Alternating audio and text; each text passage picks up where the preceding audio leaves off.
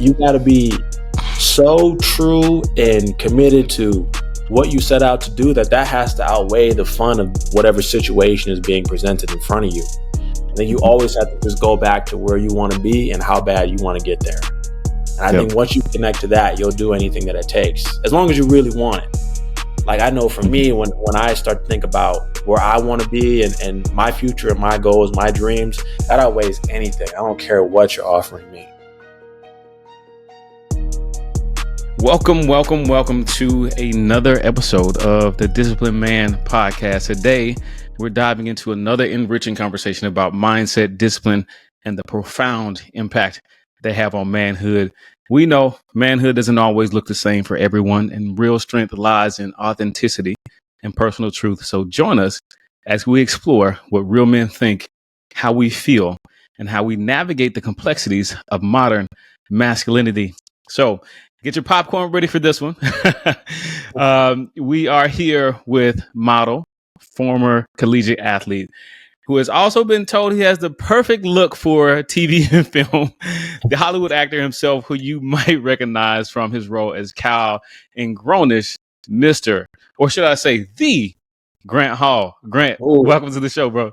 Hey, thank you, man. My boy hit me with the Instagram handle. I appreciate you.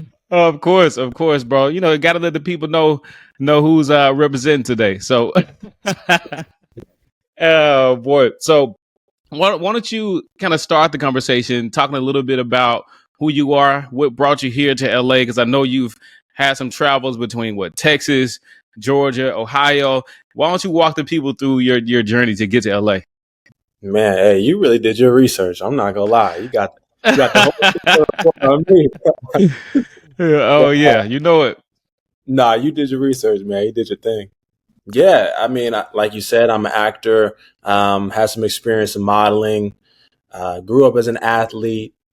I mean, all sports they dominated my life growing up.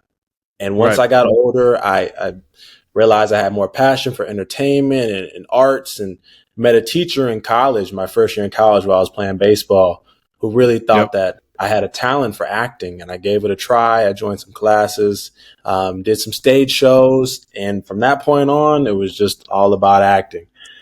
Yeah. Yeah, and so you mentioned in a previous interview of yours that she also said that you had the perfect look for TV and film. So walk me through, like, when you heard that, what was it that said, hey, I maybe want to try this thing out? I think just the confidence that she kind of had in me. Mm-hmm. It gave me, and on top of that, I was in an orientation class, and they had a list of jobs for the future that, you know, they're just trying to throw stuff out there to see if people are interested in doing things. And I was going through the whole list, and I was kind of like, no. And then I finally got to one that said appear in TV shows and movies.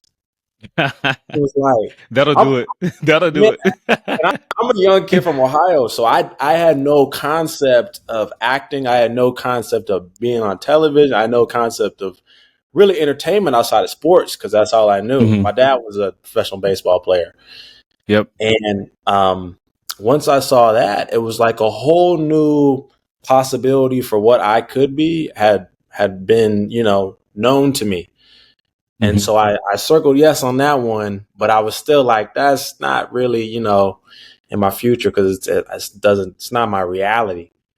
Mm-hmm. And then I had the experience with the teacher when she told me that she thought I had the perfect look for TV and film. So that moment right there, you know, that was like the moment of fruition. Yeah. From that point on, it's just been acting. For sure. Before that, you talked about like your father and being a professional athlete. And I know you were in college playing sports. Can you walk me through your journey as like kind of wanting to follow in your father's footsteps in that regard? Yeah. I think it was kind of the only option growing up. You know, all my brothers were playing sports, so it seemed like the only path for the future. It seemed like the only cool thing to do. Yeah. Like the only job that didn't feel like a job. That's fair. That's fair. And that was always my dream. My dream it still is to this day. I want to do jobs that don't feel like jobs. And I think I'm doing it. But My dad was a coach after he was a player. So when I was younger, he was done playing, but he was coaching. So I was always around professional teams and professional athletes and stuff. So I was just constantly soaking all of that stuff in. And I think just the work ethic that I saw them putting in day after day, I think that really it was almost like transfused into my blood, and it Right. just has kind of shaped who I am today. But once I got on my own path and became my own man, and I realized I wanted to do different things that were outside of what my dad did, and I just took Mhm. those same lessons and just applied them to what I'm doing now. But I realized, and I read this from a book. I'm not sure if you're familiar, but it's called The 48 Laws of Power. Yes, sir. Yes, sir. Man, you already know that's a great read. Uh huh.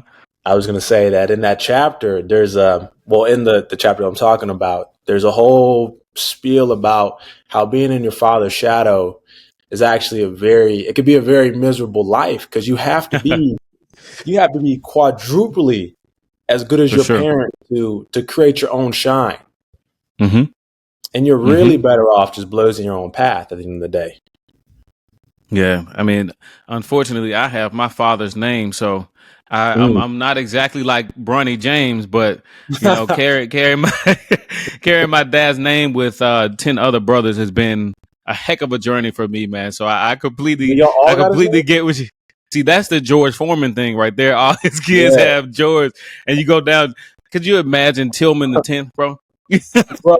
Hey, That would be crazy. I'm That not would putting be- past some people, bro. Some people are that narcissistic. They will name their children after Oh themselves. man, you are not wrong about that. You're not wrong about that. But before we get too too off kilter here, one of the things that you also talked about was like kind of exploring all these different characters for you, and you Mhm. kind of connected it back to growing up as a class clown and wanted to do some comedy. So where exactly does that come from?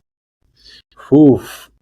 I think there's a big side of my family who has always loved entertainment. They've just never Yeah, pursued it, professionally. But they just yeah, always kind of have had that like eccentric streak. And for some reason, I mean, my first memory in class, I was the guy doing whatever it took to make people laugh. And I don't know right, where it comes from, but it's just like when I feel like I got an audience, I got to milk it. for sure, for I, sure. I I don't know how else to explain it. It's just like when the people are there, you feel like you got to entertain. That's But fair. That's fair. yeah, and I've had it forever. It's got me in a lot of trouble. I've definitely have served a lot of detentions throughout my years of school due to my passion for entertainment. But I'm an actor today, so I guess it's all worth it, right? Hey man, it was all practice to where you are right now. So There you I think go. you walked into the right path, bro. And we glad to see you here. So that also let me actually take a step back here really quick, kind of thinking along those lines. Now you've of course played some pretty eccentric characters, and from my research, of course, I see Trigger and also understanding the complexities of playing a character like that. Can you help me understand what that was like for you? Because I know you also mentioned that you were diving into that character and kind of taking like the method of becoming that character, and you're sitting with your grandma and she's like, "Hey, what's wrong with you?" And she's trying to figure out, but you're like, "Hey, I'm just trying to focus." So walk me through the process of like what you had to tap into in order to play Daniel in Trigger. That movie, that character in general, just required a lot. Mm-hmm. Because I don't want to spoil anything for the people who haven't watched it, but I do everything in that film. There's Yeah. nothing I don't do. I die in that film, um, I cry in that film. I do everything in that film. So it just Right. required a large range of emotion. And the story you're talking about when I was with my grandma, I'm not used to doing movies while I'm at home. Right. I'm used to being here in California where I could just lock myself in my room, go shoot, come back home, do it all over again the next day. But I was Yep. in Detroit and I'm from Toledo, as you mentioned beforehand. So I was staying at home just to make the commute a little bit easier. And my grandma's used to me being Grant. She's not used to me being, you know, Daniel, the character, and I had those emotions. I was bringing them home because it's just Hmm. hard to take that that cape of your character off at the end of the day sometimes. Right. And she saw me sitting with those emotions, and she was like, "Are you okay? You know, like what's going on with you?" And I was just like, "Granny, trust me, I'm fine. I'm just trying to get ready for work today." Yeah. And uh, and that was just an interesting experience because it opened my eyes to the fact that I really do have a process, Mm. and I don't realize it sometimes because I'm just doing it by myself. But it just takes the other person to reflect that back on you and to show you that no, you are transforming into a different person. You just don't see it because it's just you sometimes. Hmm. So that experience actually kind of opened my eyes in terms of like how I really go about the process of being in the character. It was kind of Right. fascinating. Right. And obviously, if anybody's just like watching this for like the first few minutes of like our conversation so far, they could see you're pretty much smiling, your high energy character. So can you talk a little bit more about what it takes to actually transform into a character like that? I think it takes full mind, body, and soul commitment. Hmm. I don't think there's any hiding, and especially Yeah. the deeper the role, the more you got to commit, Right. for better or for Right. worse. That's why Yeah. when these actors decide to take on these characters, I don't think a lot of times the audience really understands what that undertaking is like. Because Yeah. you, depending on what kind of character you're playing, you're gonna deal with some demons at the end of the day. Yeah.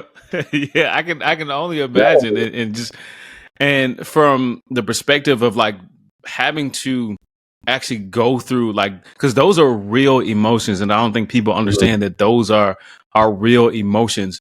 How does that actually compare to when, let's say for instance, you're having an experience where it maybe isn't the best experience for you? How do you feel like those emotions compare to like those real life emotions that of course you feel based on what's happening in your life? Oh, so you're asking like real emotions versus the character film Yeah. emotions? Yeah. Ah, dang. I think they're a little different. I think, and of course, you never want to be an actor who's like fully in control. But I think there's like two parts of your brain while you're acting, and Hmm. you're constantly trying to shut the other one off. But it kind of helps to balance you so you don't go crazy and hit somebody upside the head or something like that. But Yep. there's part of your brain that tells you that it's just a scene, you're just acting, and then there's another half of your brain that's like, no, this is real, and you Right. got to commit because this is life or death.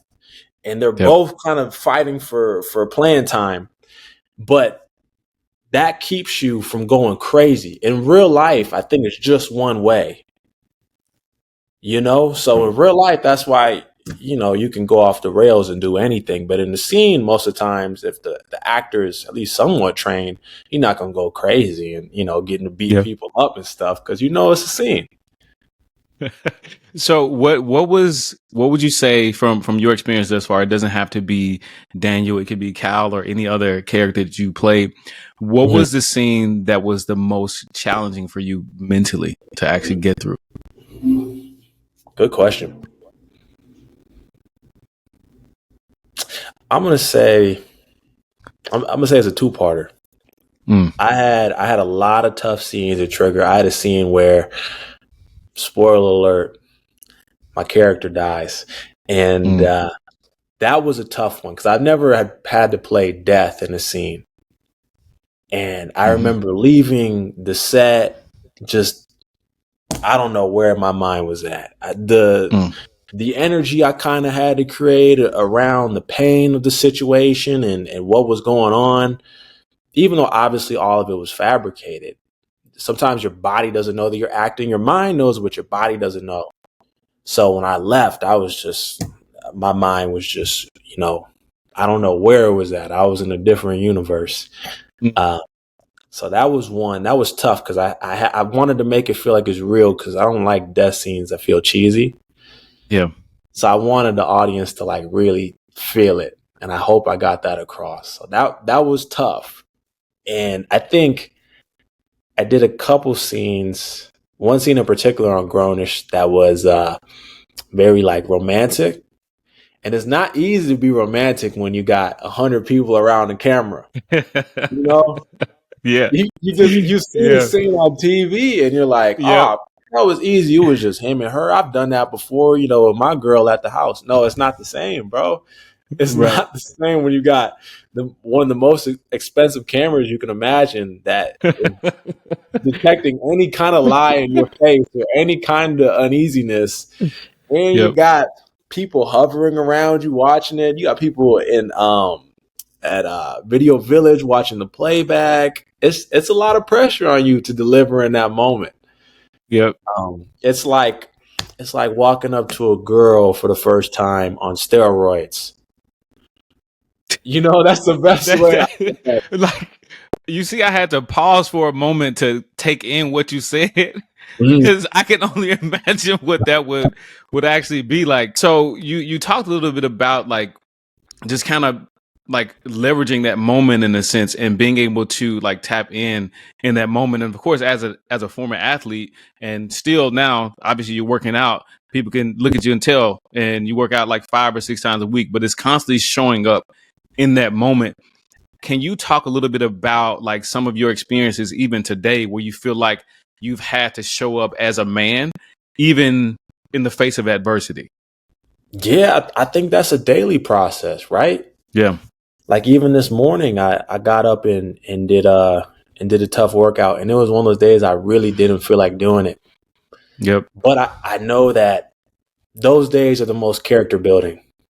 Mm-hmm. And I think that Yep. part of manhood sometimes is doing the things that we may not necessarily feel like doing.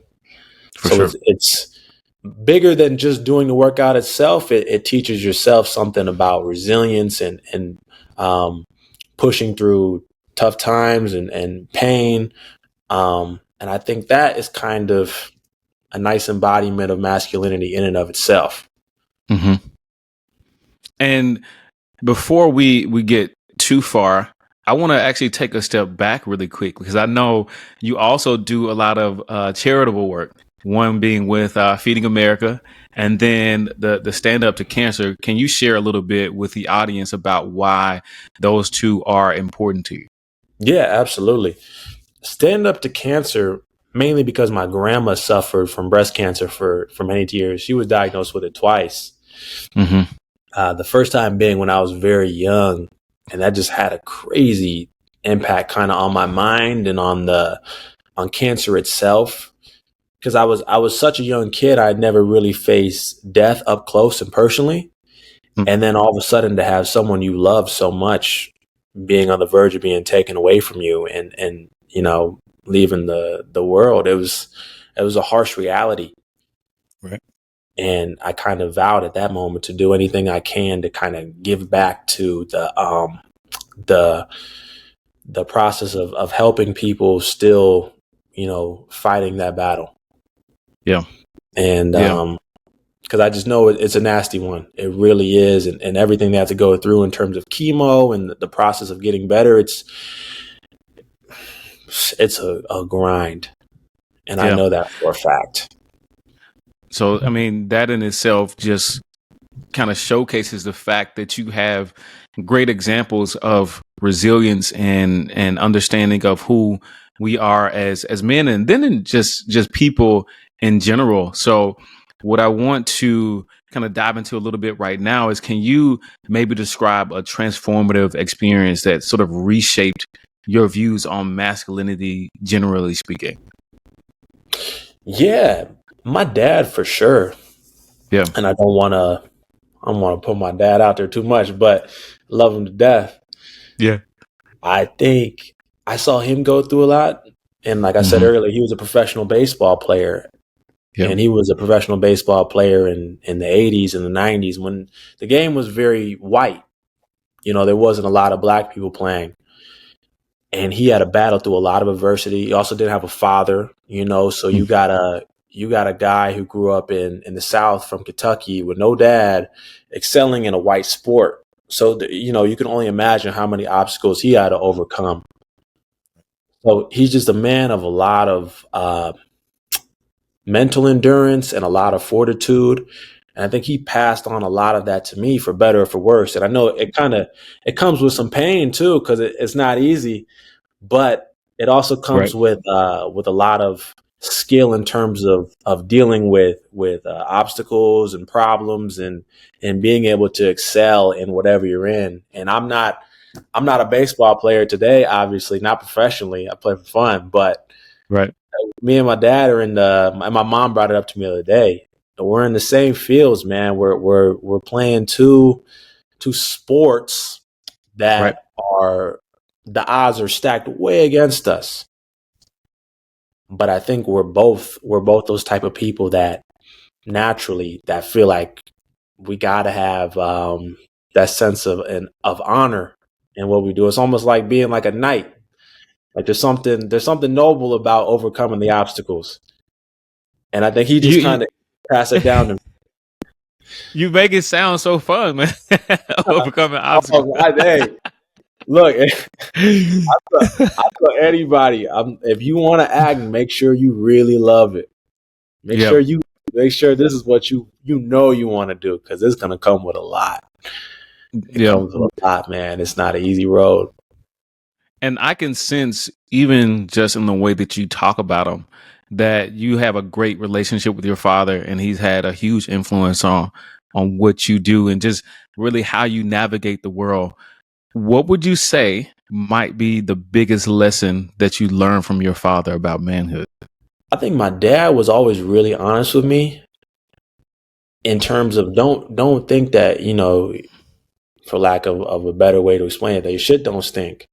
He was Mm, always honest with me about, like, stack yourself up honestly in terms of like where you're at with your competition. Don't lie to yourself, right.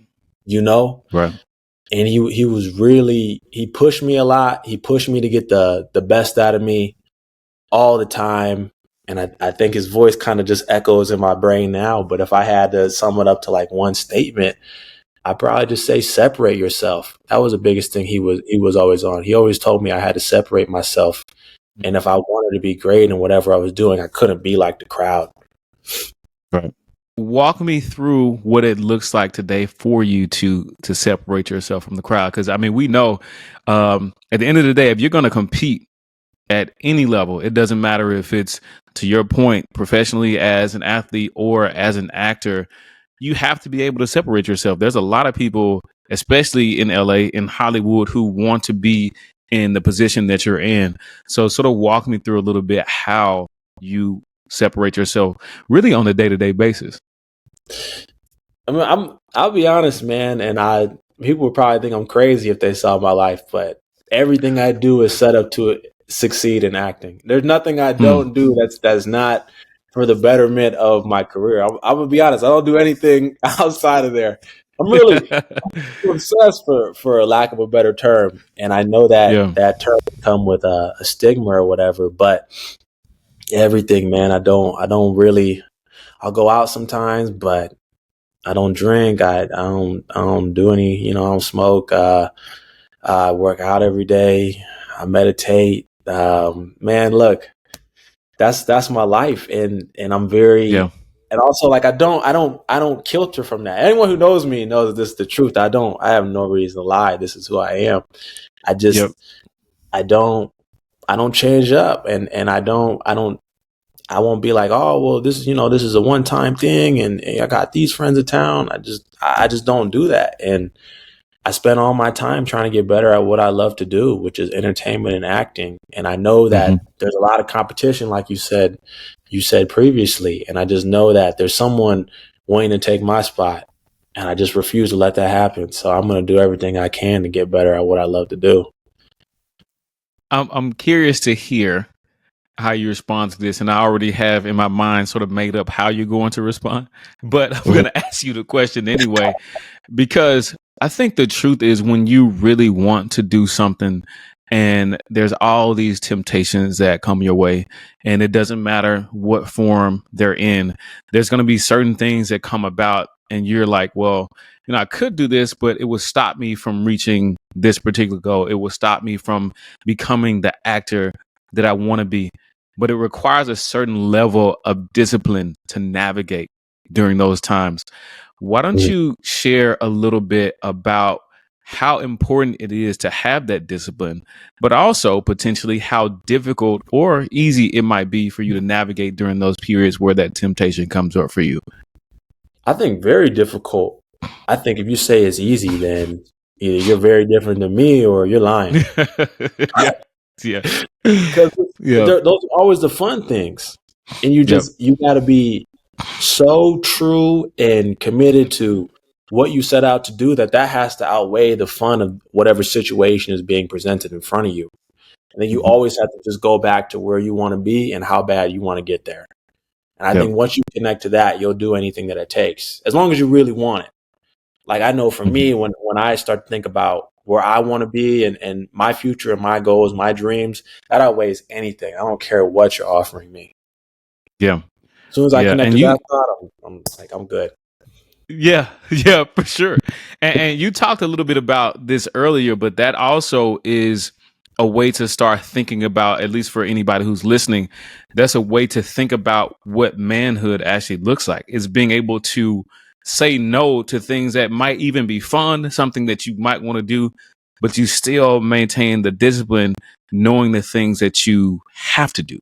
Because at the end of the day, there's going to be a lot of opportunities that present themselves to you. Some of them may even be good opportunities, but you have to say no to good opportunities for things that actually align with what you want to do and who you desire to become. So, Mhm. what I'm thinking about right now in your particular case, there has to be like people around you who are like, hey, Grant, like, man, you just are always locked in and you don't make time for XYZ. Can you talk a little bit about that if that actually does resonate with you? Yeah, I've experienced this many times with friends, family, girlfriends, you name it. And my response is kind of always the same. I'm not going to change. Yeah. You Yep. know, so you can Yeah. either you can accept her, or you can go. Yeah. The choice is always simple. I leave it to them, but I Yeah. refuse to be changed out of who I am for someone else's convenience. I just won't do it. For sure, for Yeah. sure, and I think like to that end, it's all about the convenience of other people. A lot of the times, they don't really consider sometimes how much effort actually goes into what you do and the mindset that actually has or requires of you to be that person. But Mhm. what I'm thinking about right now too is just like the impact that that can have in all areas of your life, right? So how do you actually let's take a step back.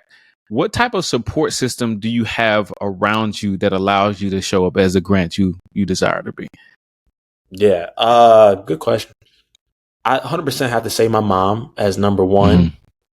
Her her love and reminding me that she's proud of me and she loves me and she supports me 100% always Hmm. kind of gives me the strength to keep going. And it's not just the verbal I support you. My mom has supported me, financially, materially, spiritually, emotionally through all the tough times. So always just giving me the support I needed to feel like I'm doing what I was called to do and I'm doing it well. So just having that rock in my corner has been Hmm. incredibly beneficial for me. If I didn't have her, I don't think we're on a podcast right now. I'll be honest. Yeah. How do you navigate the balance between like your personal ambition and your personal well-being? Oof. I don't think I'm the greatest at that. I'm gonna be honest because I'm like we talked about that earlier. I got that voice of my father in my head, so I'm Yeah. constantly, whether it's a good idea or not, I'm running myself into the ground a lot of the times because Yep. that's just how I'm wired. Hmm. But I do think that with things like the meditation and making sure that I'm sleeping right and I'm eating right, drinking water all the time, that kind of stuff, in my mind, it's preserving my well being and my health. Hmm. And I think that kind of reminds myself that, that I love me. Yeah. Hmm. Yeah, and I'm a huge believer in meditation, man. I have to do 20 minutes of meditation bare minimum every single morning, and what I tell Absolutely. people all the time is that that really gives you the opportunity to focus on what's happening internally, so you can deal with what happens externally. And one great example of that is like my background is in tech sales. So I've worked with a lot of people from a business perspective and walked into meetings where you kind of are anxious and you feel a little bit overwhelmed. But of course, a thing as an actor, when you could focus on your breathing and navigating certain situations, and you can focus on the tone that you're delivering and your facial expressions, you're more in control. It's like having a remote to your emotions. The meditation allows me to show up in that way in those particular moments because I built systems around what that actually looks like for me, and it shows up in what I do on a day-to-day basis. So how does that actually compare to like your perception of what meditation actually gives to you? That makes sense that you were in sales like that. Because first time I met you, I'm like, this guy is so professional. Like, this guy is like the consummate professional. That's hilarious. Go back on your question about meditation. I heard Kobe Uh-huh. Bryant said something one time where he said that when he doesn't meditate, he feels like he's chasing the day. Versus when he does meditate, you feel like the day is coming to him, Right. and Right. he's navigating it consciously. And that's kind of the way that I feel. I feel like if I don't meditate, I'm just like one step behind. Yep. You know? So do you feel like on those days when you don't meditate, those are the days that just like everything is going wrong? Yes.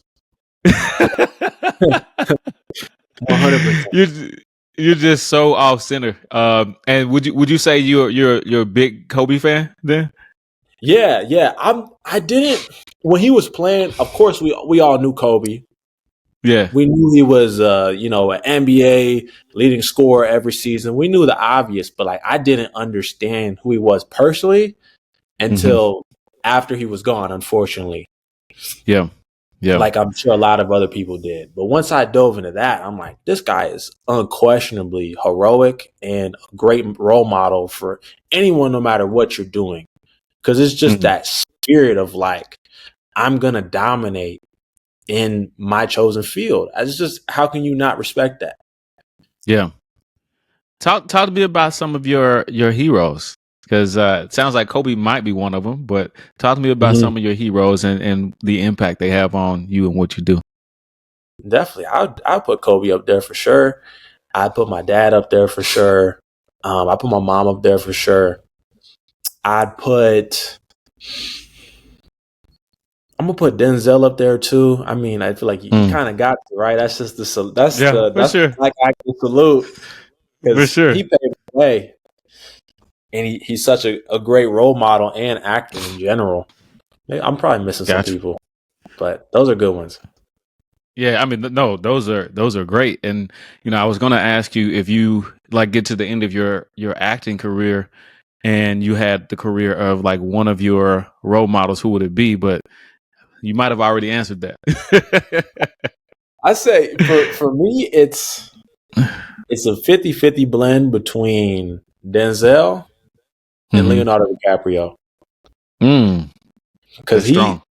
Leo's my favorite actor in terms of skill. Not saying Denzel isn't good, but Yep. I idolize Denzel more for his persona and his charisma, Yep. and his work. He's a great role model for people. I don't know if I'm not saying Leo's not, but I don't view him in that way. Leo's movies and his acting work is phenomenal. Yeah. So Yeah. I would like a blend between both. That's fair. I think like you can't go wrong either way if you get to the end of the career and you have a Titanic in your books. I think you've done a pretty decent job. Oh yeah, you're winning if you got that. For sure, for sure. Now, I think what people might miss, and I want to give the floor to you to kind of talk about what it looks like for you. But what people might miss is like those days when you're truly locked in and you have to focus and you're missing out on all of these things, the challenges that could potentially have like on your mental health. And I'm not saying like it's exactly that for you, but the challenges that it could potentially have on your mental health. Would you mind talking a little bit about that? I believe that all the answers to my problems are inside of me. Mm-hmm. And I kind of just try to provide myself with as much time as possible to be quiet, try to Mm-hmm. like get away from my phone, get away from the distractions, and really just dive into whatever's troubling me Mm. through meditation, through thinking through it, and then also through action, taking steps that I feel like will help to push me in a direction to overcome whatever's troubling me. But I do feel like a lot of the remedies to problems are through self discipline and self love, and I feel like those two things kind of go hand in hand.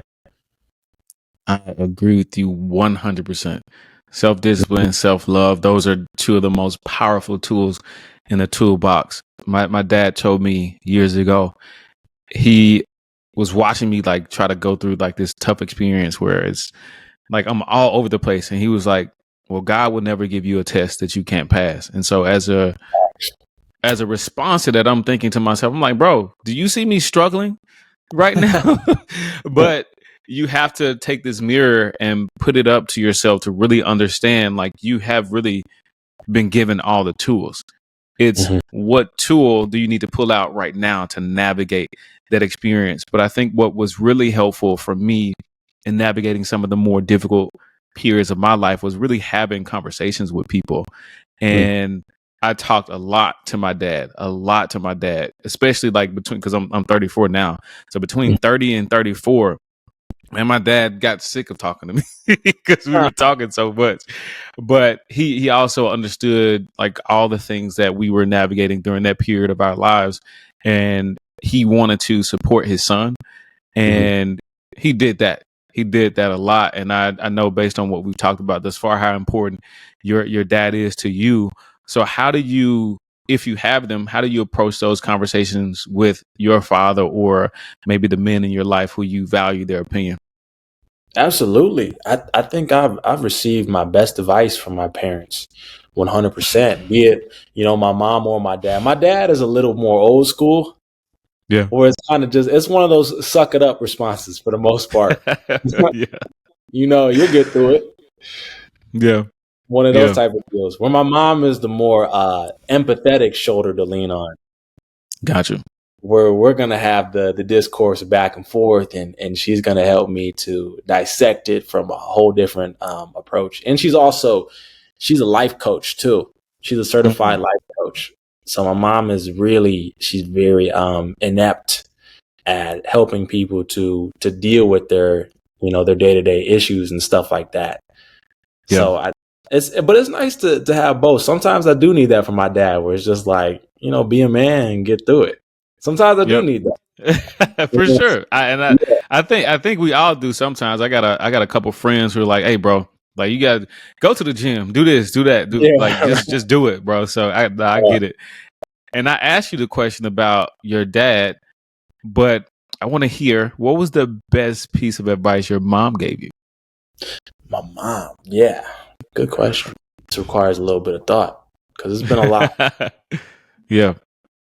But I think my mom's biggest thing was always don't give people a reason to tell you no. Mm. She always was.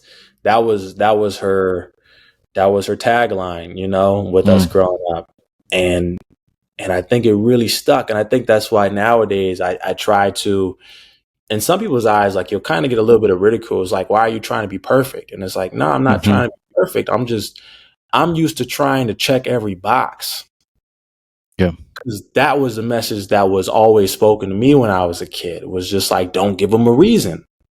Yeah. I think that Yeah. is the perfect kind of analogy for how I'm trying to live today. I'm not trying to give a reason for not living to my fullest potential. For sure. For sure. I mean, you sound like you got some great examples, man. So I don't think you really have a choice, even if you wanted to.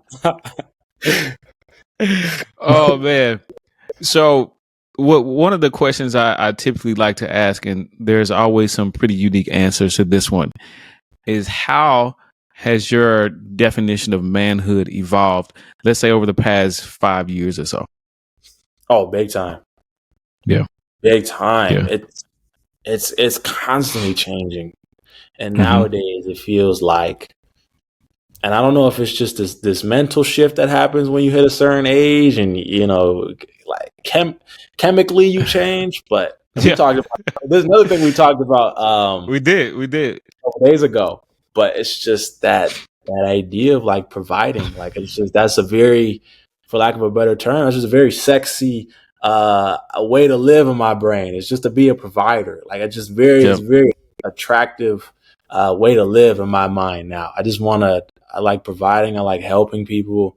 I like feeling like, I'm needed, and I like feeling like I'm purposeful in terms of doing good things for those people around me, and they kind of lean on me. I like people to feel like they need to lean on me. Not that in a way that's like I'm going to control them, but I just like being in that position. I don't know. For Maybe I'm sure. crazy. You like to carry things on your shoulders, man. I get Hey, it.